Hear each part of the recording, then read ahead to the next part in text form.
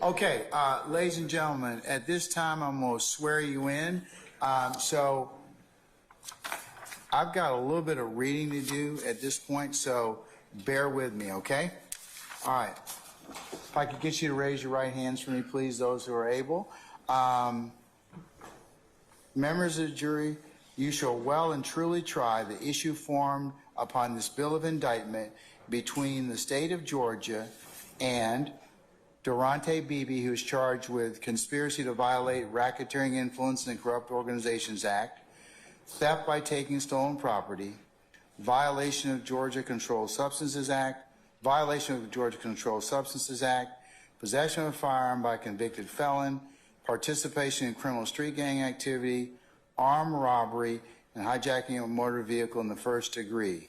The state of Georgia and Marquavius Huey, who is charged with conspiracy to violate Racketeering, Influence, and Corrupt Organizations Act, armed robbery, aggravated assault with a deadly weapon, aggravated assault with a deadly weapon, possession of a firearm during the commission of a felony, possession of a firearm during the commission of a felony, armed robbery, aggravated assault with a deadly weapon, aggravated assault with a deadly weapon, hijacking a motor vehicle in the first degree, possession of a firearm during the commission of a felony, possession of a firearm during the commission of a felony, participation in criminal street gang activity, participation in criminal street gang activity, participation in criminal street gang activity, possession of a weapon by an incarcerated individual, possession of a telecommunication device by an incarcerated individual, participation in criminal street gang activity.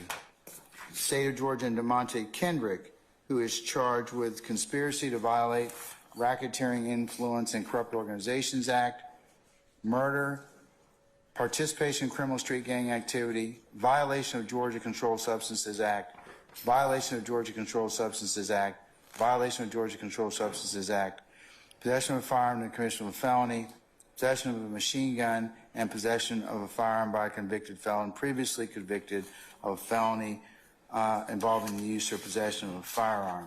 State of Georgia and Quamarius Nichols, who's charged with conspiracy to violate Racketeering, Influence, and Corrupt Organizations Act, murder, participation in criminal street gang activity, participation in criminal street gang activity, possession of a firearm by a convicted felon, previously convicted of a felony involving the use and possession of a firearm, possession of a firearm during the commission of a felony, and possession of a firearm by a convicted felon previously convicted of a felony involving the use or possession of a firearm. State of Georgia and Rodeus Ryan, who's charged with a conspiracy to violate Racketeering, Influence, and Corrupt Organizations Act. State of Georgia and Shannon Stillwell, who's charged with conspiracy to violate Racketeering, Influence, and Corrupt Organizations Act, murder, participation in criminal street gang activity, participation in criminal street gang activity, possession of a firearm by a convicted felon previously convicted of a felony involving the use or possession of a firearm, possession of a firearm during the commission of a felony, and possession of a firearm by a convicted felon previously convicted of felony involving the use or possession of a firearm. State of Georgia and Jeffrey Williams, who is charged with conspiracy to violate Racketeering, Influence, and Corrupt Organizations Act, participation in criminal street gang activity, participation in criminal street gang activity, violation of Georgia Controlled Substances Act, violation of Georgia Controlled Substances Act, violation of Georgia Controlled Substances Act, possession of a firearm in the commission of a felony, and possession of a machine gun. And a true verdict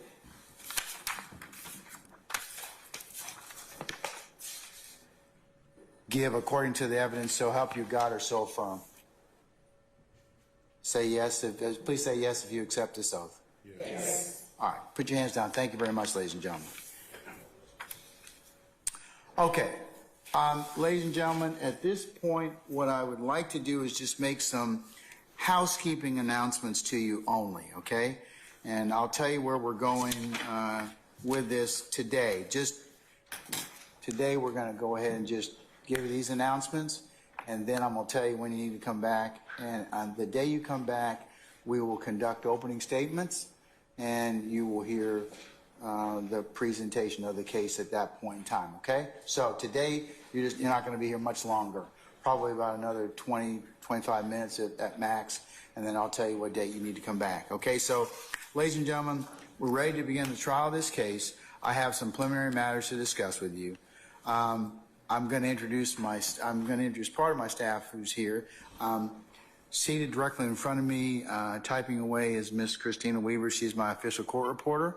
To her left is the court staff attorney, the senior staff attorney, Mr. Wesley Kearns. I have a judicial assistant. Her name is Violetta Omana. I don't know if she's still in here at this point in time. Oh, there it is, Violetta. Okay, all right. And I also have a litigation manager, Mr. Edward Chamberlain, who's right out the front and wearing the sweatshirt. Okay, blue sweatshirt. That's my organic staff, and if you have any questions during this particular period of time, they are authorized people you can talk to about if you have questions about just you being here or something that comes up or whatever else. Ms. Omana is going to, in just a little bit, hand out her cards, and she'd go ahead and do that. So at this point in time, madam, if you're running late for any reason, okay, or if you are attempting to reach us, the best point of contact is Ms. Omana. So go ahead and take one of those cards and make sure you keep it. Take a picture of it, just to make sure that you have a way to contact the court through Ms. Omana. So usually what this will happen is if something comes up, or if somebody else also needs to get a message to you, a family member, a loved one, or whatever, you can give that number to Ms. Omana. You can give them Ms. Omana's number, and we will get you a message accordingly. Okay? So if something comes up or somebody needs to reach you, that gets a two-way street. Okay? We also have members from our sheriff's team here, and of particular note, I have Deputy Ingram and Captain Kendall in the back. The two of them, as soon as we are done today, are going to do a couple things for us. They're going to go ahead and show you your headquarters at your deliberation room. Now, before you tell me it's a dump, okay, in a couple of weeks, all right, before when you come back, it won't look like the way it is right now, okay? But the more important thing is they're going to show you how to get from when you enter the courthouse and you come to that particular room, how to circumnavigate your way into the courthouse and get up to this particular room. Because from this day forward, you're not going to be coming through this particular door out here. You'll go directly through the hallway access to the back here and into your headquarters. So you will not have any other contact with anybody else who's going to come in the regular doors here, okay? So that's going to be, they're going to show you how to do that and the best way to get there. So from now on, from this point forward, you will not enter the courtroom unless one of our sheriff's team brings you out from the jury room after breaks at the beginning of the day. You'll go straight to the jury room from the elevators. And our team here will give you a little bit of orientation about the courthouse, where you might be able to get yourself something to eat, and our nearby eating establishments. In a little bit as well, we're going to also hand out juror stickers, okay? So we'll hand out ones for you you won't have your numbers on anymore. But I'd like you to wear your numbers in conjunction when you get into the courtroom. Okay, so then we'll be able to kind of see who's here. The juror stickers just basically identify you as a juror. So when you come in the courthouse, you can put it on, and then everybody in the courthouse culture knows that you're a juror. So then you can be readily identifiable.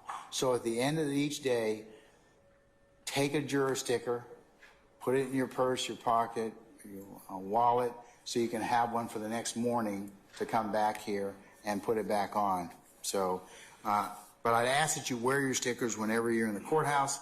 because this is important so the lawyers and the witnesses can identify you as a juror. From this point on, the lawyers, the defendant, anybody in this case, victims, witnesses, or anyone else associated with this case, with the exception of my staff or the sheriff's team, is prohibited from having any contact with you whatsoever. So if you happen to encounter any one of them on the street or in the elevator, you know, I've gotten a lot of mail as a jurist over the course of my time, okay? And one of the letters I got years ago was, hey, Judge, I was in the courthouse, about to get on the elevator, ask a question, and one of those lawyers didn't even turn the other way and wouldn't even talk to me. What are they teaching people in law schools? Well, part of their duties to you and to the court is to make sure that they don't have any incidental contact with you. So they're all fine folks. They'd be happy to talk with you, just not now. So if they see you and they turn the other way and walk the other way, please don't tell me that they's rude and wasn't raised right, okay? That's just their way of honoring the fact that they cannot talk with you while this case is going on. That's why I've told you that Deputy Ingram and Captain Kendall and anybody who's in a kind of black and gray sheriff's uniform, they can talk with you, okay? Or my staff. So please don't think that if the lawyers don't have any contact with you that they're not friendly or they're not trying to be rude to you, okay? We generally hold court from about 9 or 9:30 till maybe about 5 o'clock, with a 1-hour break usually for a lunch around the noontime hour. Please be on time for everybody's sake, because I can't continue without all of you.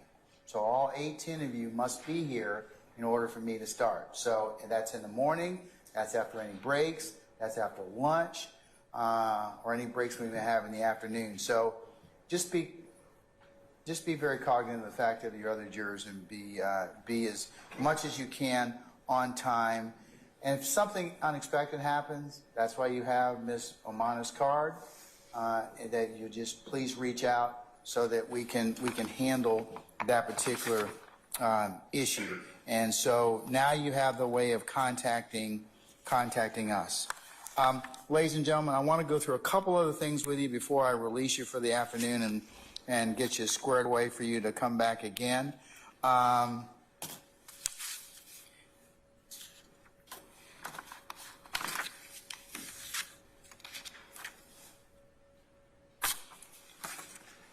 And we're going to, you remember all those ad nauseum admonitions that you probably hate already or love already that I told you were going to be subject to? You're still subject to those, all right? So we're going to go through those again, because remember, those admonitions are the things that we ask that you respectfully can't do, or affect the ability for all of us to have a fair trial, a just trial, and a legal trial. So that's why I'm going to spend a little bit of time and go through some of those with you and add a couple of additional ones, just so that we all kind of know where we stand on the things you cannot do, okay? And remember, the reason for this is because people that violate these that affect our ability to try the case. So that's why I'm going to spend a little bit of time with them. So let's just start about communication, all right? I know that when you're sitting out here, you're talking with each other and the like. And we as Southerners, we're very hospitable people, and we'll talk about the weather, we'll talk about our sorry sports teams, whatever the like, but there is. Other people's sports teams that are doing better than ours. We'll have conversations with anybody about anything. That's just who we are. But in this particular forum, you cannot talk with each other about this case. So what do I mean? Say, for example, we take a witness, all right? And then you all are back there in the jury room. Hey, what'd you think about the testimony of X? Now, is that proper for you to do? No, it's not, all right? The only time that you can talk about this case is when the case is totally submitted for your consideration, and then I tell you that it's time for you to go ahead and deliberate and consider this matter in the way and manner I instruct you to. All right, so while you're sitting in the jury deliberation room, while you're traveling to, from the shuttle, if you meet each other walking in the courthouse, if you're riding the MARTA together, if you happen to see each other on the street, you cannot talk about this case, all right, at all until the case is submitted to you in its entirety, and then I'll give you instructions on how to deliberate, and you can talk about the case, okay? So, very important that you not do that, all right? And remember what I told you otherwise. So earlier, and we're going to cover some of that in agreement in just a second. So that's why it's important. I told you that you need to be aware that you can talk to my staff. You can talk to the folks who are in the gray and the black uniforms, who are sheriff's deputies, because that would not be a violation. Okay, but you can't talk with them about the case either, about what they thought or how things were going or anything such as that, because one, they can't talk with you about it, and then they're going to report it to me. So that's why it's really important that you not, as much as you'd like to, talk about this case amongst each other. All right? And that includes, your thoughts and feelings about how things are going. And also, that's why I told you, you can't talk with the lawyers about anything as well, okay? Don't ask them any questions, all right? That's why I've told you all, very important that you make sure that you know who Ms. Amana is, or Mr. Kearns, or Mr. Chamberlain, or Ms. Weaver, my court reporter, okay? Or any of the sheriff's team that we've introduced you already, okay? So, communication also pertains to third parties. So remember I told you earlier about you can't phone a friend, you can't phone an attorney, you can't do any extra research on in any books or Google, or as my northern colleagues say, make yourselves wicked smart as to any of the issues. You cannot do any of that as well. So don't communicate with anybody about this case other than the things I told you about. I've been selected for jury service. And Judge Glanville has asked us not to communicate or not to talk about anything that we have otherwise covered in this courtroom, other than you are still here for jury service, okay? And to that effect, we will also give you all letters that Ms. Amana has prepared at the end that say, hey, you've been selected for jury service, and we'll keep those folks informed as to your being here, so that, and we'll also, like I said, when you're done with your service, we'll give you a date that is, that you started, and a date that this case concluded. So you'll get a final document showing your total service this day. All right, and for those of you that are wondering, okay, well, how are we going to get paid? We pay pretty promptly, as I understand it. So, I know you're laughing at me already, like you don't believe me. Okay, we are no, but we do pay promptly, and I will keep you informed as to how that will occur. Okay, all right. So not to worry about that. Have never, not once, gotten jurors paid in a timely manner. All right. Electronic devices, folks. Let's talk about those a little bit right now. Phones, tablets. Other types of communication devices, laptops, or any other gaming devices that can be attached to the internet. While you're in here, inside this courtroom, it would be a violation if you text anybody, take pictures, or otherwise communicate with anybody. Okay, you can't say stuff like, oh my gosh, this witness is droned on and on. Leave your devices and let them be. You can take a look at them during the breaks, but please don't have them out while you're in the courtroom, okay? Because they just cause more problems than they do, because people will ultimately try and contact you. And remember what I said.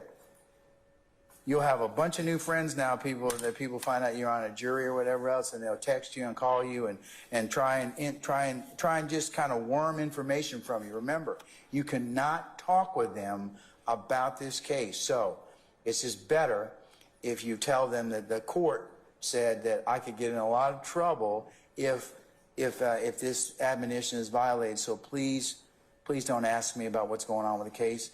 And so please don't text or otherwise communicate, tweet, post, or other things while you're in the courtroom. Okay. Let's talk about social media to begin with. Okay. The court's advice to you is, for the duration of this trial, I can't make you do this, but I would suggest that you don't utilize social media, because the temptation is that people will try and reach out to you and try and communicate with you because they will somehow find out you're on this jury.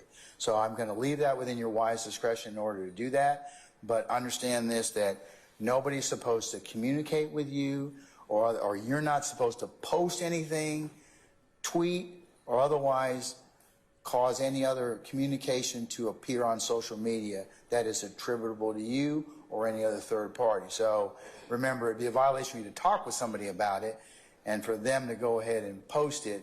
But just so you understand, do not post anything on social media. And like I recommended before, my suggestion to you is that you come off of social media while you're here. Don't bring your laptops. Don't bring any of those e-readers. Don't bring any of the things that might cause you temptation, or that might put you in cross purposes with the court's admonition about social media. Now, when this case is over, you are welcome to post, tweet, give interviews, whatever it is you want to do about your experience, and we would encourage you to do so. But while you're here, involved in this particular process, it is extremely important that you're vigilant about not communicating anything about what goes on in the four walls of this courtroom. Okay? And that includes, I know I told you earlier, your spouses, your significant others. It's just too tempting to have conversations about that. You can blame me. Really. Just tell them that Judge Glanville said we cannot discuss this case with anything. Oh, come on, just tell me a little bit about it. Thanksgiving's coming up. I know you all have turkey and ham and conversation, right? Sure. Not the time to tell everybody over a couple of drinks that you're participating in this trial and that you've covered X, Y, and Z, okay? That would be a violation, because what people do is they go ahead and they talk, and then the information that you gave us, or you gave them or told them, as little as it may be, or as innocuous it might be, or as harmless as you think it might be, will come out someplace, and we'll have to have an unpleasant conversation about that. So please, please, please do not post anything on social media and the like.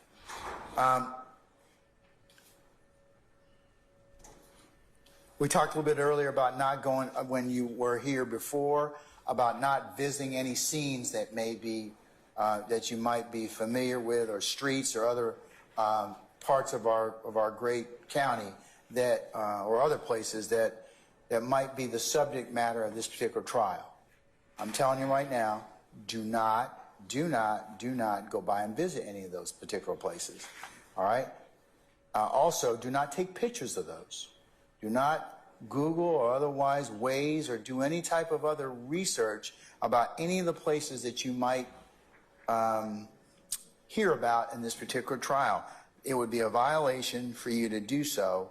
I just want to remind you again that, you know, the one thing about technology and all of us is that we tend to kind of just quickly pull out our phones or our devices and we try and look up stuff.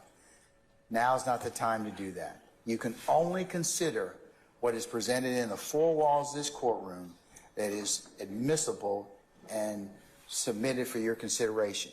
You cannot consider any extra things that you may find in the particular ether or outside this courtroom.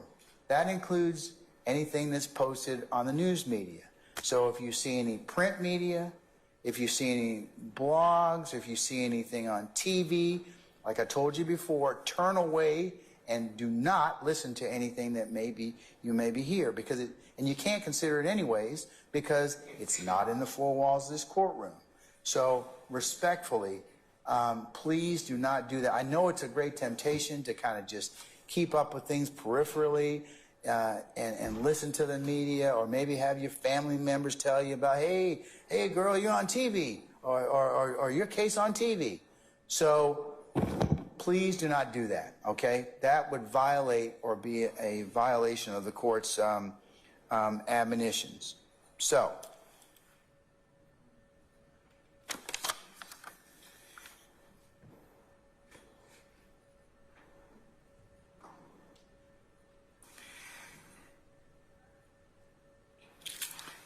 let me tell you as well about comfort. About just I want to kind of cover a couple more things with you, and I think we're almost done. I'm going to just read you something that just encapsulates everything that we just covered just a second ago. These are some of the most very important instructions that each of you must follow. I understand in a criminal case it's tempting to talk to your friends and family about the case. It's natural to be curious, and some of you may be tempted to seek out news articles or other information about this case. Others may be tempted to ask your friends or family if they know anything about this case. However, I'm instructing you not to do that. Do not discuss this case with anyone. That includes friends, family, coworkers, and acquaintances. Do not post anything about this process on social media. Do not tell others about your process, to include what you may have filled out in the questionnaire. Do not discuss your answers with anyone. You're also instructed not to conduct any kind of research in this case. Do not look up legal terms, names of people associated with this trial on the internet. Do not drive by locations that may be mentioned in any places that we may discuss. Do not go looking for news articles or any other information about this case or about any of the people involved. And if you unintentionally come across an article or television or radio or other broadcast about this case, you're simply to discontinue reading, watching, or listening to the account. So, and remember, you're to not discuss this case with your fellow jurors. Until when? Till we finish the case, and I then instruct you on how you are supposed to consider and deliberate this case. This prohibition about not discussing this case follows you while you're in the courtroom, follows you while you're back there in the jury deliberation room, you're in the toilet, in the hallway, on Uber, on any other place that you may be coming to or going from to get here. That's how broad it is. Please do not discuss this amongst yourselves, okay, or by any other potential jurors. Now, I hate to tell you this, but I told you this before, it would be contempt of court if you discuss this case or do any research or violate any of my admonitions. So that could subject you to sanctions, and these sanctions unfortunately include jail and or fine. So just follow the rules and you'll be good. All right? Now, like I told you when we first got together, how is he going to find out about this? Some of you are laughing. Here's how I'm going to find out. You're going to tell on yourselves. How are you going to tell on yourselves? You're going to come in the jury room, or you're going to be walking around each other. Hey, I saw this on WSB last night. And that's going to be a problem. Or you're going to take a picture and come in and try and show a couple of your fellow jurors. Or you're going to bring in a news article or a newspaper article that's about this case as is being presented to you.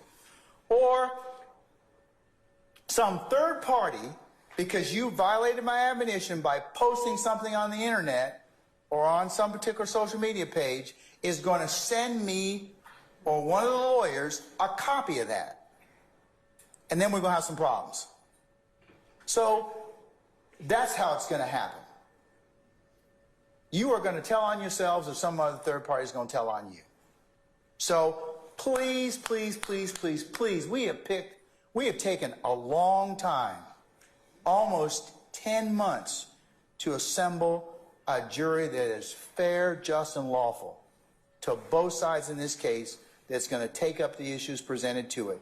So please, I beseech all of you, be mindful of the admonitions of this court and take them seriously, inculcate them in your being, and just make sure that you do not intentionally or inadvertently violate my admonitions, okay? That's how important they are. That's why I've spent so much time right now, making sure that you understand these particular admonitions. Remember what I told you before.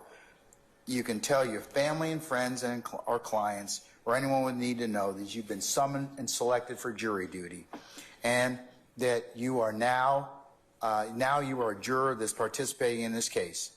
That's fine. But beyond that, that's it. I mean, I'm going to give you some scheduling information. As I mentioned earlier, you're going to come back for the 27th of November. That's the Monday after Thanksgiving. This courtroom is 1 Charlie, 1C, okay? And you're going to report as Captain Kendall and Deputy Ingram tell you to do. They'll show you how to get in from the courthouse downstairs, how to get up here to this particular court entryway the entranceway to your headquarters, the jury deliberation room. You will not come into any one of these doors in the front of the courtroom. You will come in the back. You'll make yourself comfortable. By that time, on the 27th, as I mentioned earlier, we'll do a little bit of home renovation, and you'll have enough seating in there. We'll have a fridge, a microwave, coffee pot, and we will, and it will be as comfortable as I can make it. Okay? Pertaining to comfort, let me talk with you a little bit about that. You are welcome to bring food and or soft drinks or water or whatever else that you may feel, hard candy or other food to keep yourself comfortable. And at breaks, you want to take a snack, or if you want to eat lunch in your headquarters or jury deliberation room. The only thing you may not have is alcohol. I know it'd make things go probably a lot better, but no, we don't offer Chardonnay, nor hard liquor, nor beer or wine. You are not allowed to bring it in that space back there, but you can bring just about everything else, and you can, as long as you police up your area, I am okay with you bringing a cup of coffee out here, or some water, or something that, or hard candy, or whatever else. You may do that. And that will not violate any admonition and will keep you comfortable. All right. Next thing, the air in the courtroom. If it gets too hot or too cold, you need to tell me immediately. I know a person. They'll fix it. All right? But I tend to keep it a little cooler in here, because it helps people stay awake, and it's better, okay? So I would advise you, if you want to bring a coat, you want to bring a jacket, you want to wear a hat, or anything such as that to keep yourself comfortable, or gloves or whatever else, you can do that. It will not bother me at all. I want you to be comfortable, because getting this particular space just right is kind of a challenge. But I have found over my tenure as a jurist, it's easier to keep this place a little bit cooler and for you to put on clothing, and if you start getting warmer, for you to take it off, than for me to keep calling general services for them to vary the temperature, okay? But if it does get too cold or too hot in here, let me know and I'll go ahead and do that. So I wanted to let you all know that. If you have any, I would say, health aids, meaning if you want to bring a cushion, something for your backrest, or any other thing that might make you feel a little more comfortable sitting there, do bring it, okay? The other thing is, at any point in time, if you want to stand, stretch, move about while you're here in your seats, you can do that. It will not violate anything at all. The other thing is, we take breaks probably about every hour or thereabouts, but if somebody has a more immediate need, raise your hand. I'll acknowledge you. We'll just recess, and we'll go ahead and wait for you to come back. But I do take regular breaks probably every hour to hour and a half, as I am over 50 years old. You can understand, okay? All right, so not a problem. We're going to take some breaks, okay? So you don't have to worry about us going for long stretches at time without breaks, but we will go ahead and do that. But if your comfort is the most important thing, ladies and gentlemen, so if you are, like I said, too hot, too cold, I want you to be just right, but I've been doing this long enough. bring something that you want to just wear that you can take off or put back on, because it's probably a little easier for you to do that. Okay, so I want to tell you a little bit about that.